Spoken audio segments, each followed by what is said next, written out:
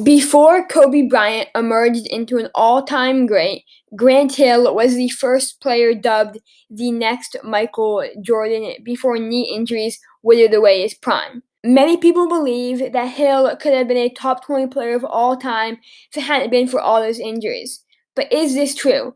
Just how good was he, and what were his strengths and weaknesses? The basis of Hill's game was predicated on getting inside to finish around the basket and get to the most efficient area on the court, the paint. Hill is easily up there with players like Magic, LeBron, and Luka for the best handle of a player 6'8" or over in NBA history. The first way he could get to the rim was his crossover. When you think of the crossover, you probably think of players like Allen Iverson and Tim Hardaway, but you should think of Hill as well. One of the keys to his crossover was how much ground it covered so he could dust defenders and get inside. Note how he uses the subtle hesitation to freeze the defender in the air before violently bursting out his crossover. And he would get super low in the crossover to slither his body into a gap before transferring that energy to the finish. You may have realized it by now, but Hill's killer crossover was exclusively a right-to-left one. Hill's crossover was so threatening that defenders would play him for it, which in turn opened up in-and-out moves and drives to the rim. The second way that Hill got to the rim was his insane quickness. He could teleport past defenders with his first step, and it makes you understand the Michael Jordan comparison. Hill loved playing out of the triple threat since he could use a little jab step before catapulting to the rim with his quickness. Once he got to the rim, Hill was a good finisher inside. He did a great job of hanging in the air on his attacks to the basket, adjusting in midair to find an angle to score. Hill was often met with loads of help inside, and he would sometimes force up a shot.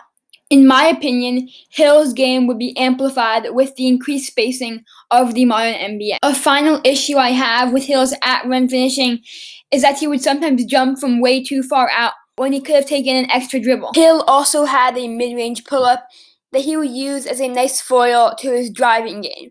It wasn't that efficient of an option, but it did add diversity to his scoring attack. Hill was great at quickly stopping on a dime to create space, and he jumped super high on his shot, so defenders never really got a good contest.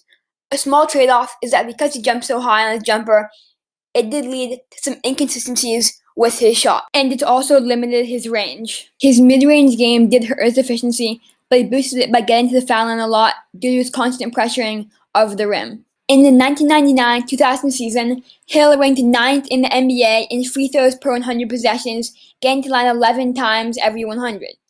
But he shot 79% from the line, and he ranked 4th in free throws made per 100 possessions. Grant also had a post game.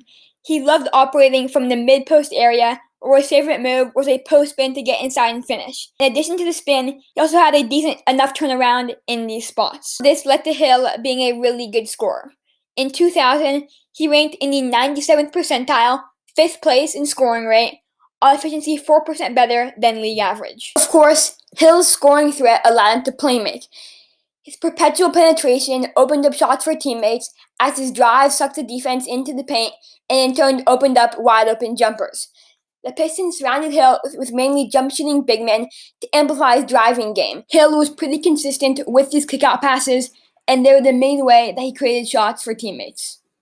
Hill was also a good pick-and-pop passer. The Pistons didn't have a pick-and-roll partner for him, but instead they ran much more pick-and-pops.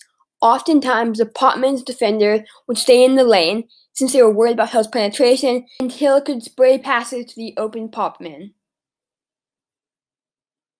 Hill was in general okay at finding most layup passes. One problem I have is that he didn't vary his delivery enough on his passes. There were times when he could have gotten it to his target with a wraparound or a laydown pass, but instead he wasn't willing to go away from a traditional over-the-head pass. He also missed some passes because he wasn't willing to try super tight interior passes. Hill also didn't use his eyes or ball fakes to manipulate the defense and open up passing windows. Hill could also drop off a nice laydown pass when he got a step inside. I don't think his passing limitations were too taxing on his value, since the Pistons didn't exactly surround him with elite finishers, but in my opinion, Hill was certainly a good passer, but definitely stepped down from being a great passer. Hill needed the ball to be effective. He wasn't a great spot-up shooter, as his range didn't extend to the three-point line and his release wasn't quick. This was a small trade-off on his value, but I believe that Hill ball was guaranteed to have a good offense if you surrounded him with decent shooters. In conclusion, Hill was not only one of the best offensive engines of the late 90s and early 2000s, he was one of the best offensive engines of all time.